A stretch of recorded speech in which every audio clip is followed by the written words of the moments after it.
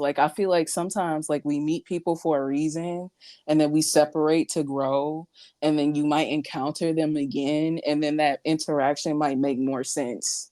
Right. Yeah, you're right. Really hard to sometimes reconnect with people from the past at times too, because sometimes we've changed so much that um, that past version of ourselves that lived inside of their head still exists, and we have a new version of ourselves, and so um, I guess it can be awkward, exchange the time. Yeah. So, but yeah, I see what you mean. I see what you mean, though. Like, how can we know if something is a good fit or not? Like, sometimes I even feel like it's a physical thing, like an inner knowing. Like, sometimes we know if someone is a good fit for us or not. And like, we might try to ignore it sometimes, or we might try to like force it.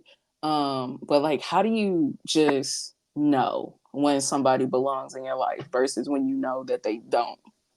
Right. I mean, like personally for me, literally feel my soul light up. I literally feel my soul glowing within me, like radiate, and it's almost as if like my I don't know electrons start to move faster or some shit. Like it does feel exciting to be around people that I know are meant to be in my life, and it doesn't always have to be like some sort of adrenaline rush, but I think when you initially meet them, like now, like oh yeah, Hmm.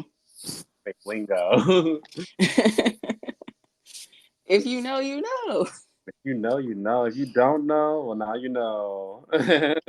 Yeah, and like it is like a good feeling. Like, it's almost like, and I think this is an identifier of like a soul tribe, right? Because when you're around certain people and you just feel at home and you feel relaxed, and it's almost like you can, there was like a metaphor that I saw on some video, might be YouTube, might be TikTok, I don't know, but it's out there somewhere in the world. I'm not going to claim it as mine, but there was something where, actually no, this was about relationships with God, but I feel like it can also apply to friendships. And it's almost like a feeling, like where you feel at home with someone, when you feel comfortable. It's just like, if you feel at home, you gonna go in the refrigerator, you gonna go upstairs, you gonna go in the bathroom, you gonna go in the pantry. You know what I'm saying? But if you don't feel welcome, you probably just gonna sit in the couch, like hands crossed, feet crossed, just like, just patiently waiting, because it's not that full sense of comfort there. And I Right. think sometimes when people don't belong in your life, that's kind of like a sign as well, like how you physically feel when you're around them. Like, do you feel comfortable? Do you feel like you can be yourself? Can you be open?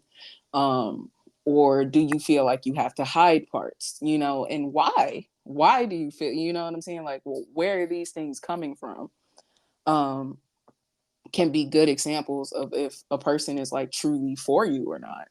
Yeah, I think a lot of those are like sometimes the external signs are blind to us because we can be in a connection that feels good at first and then have it fall off the wayside, only a few weeks later, right? Hmm.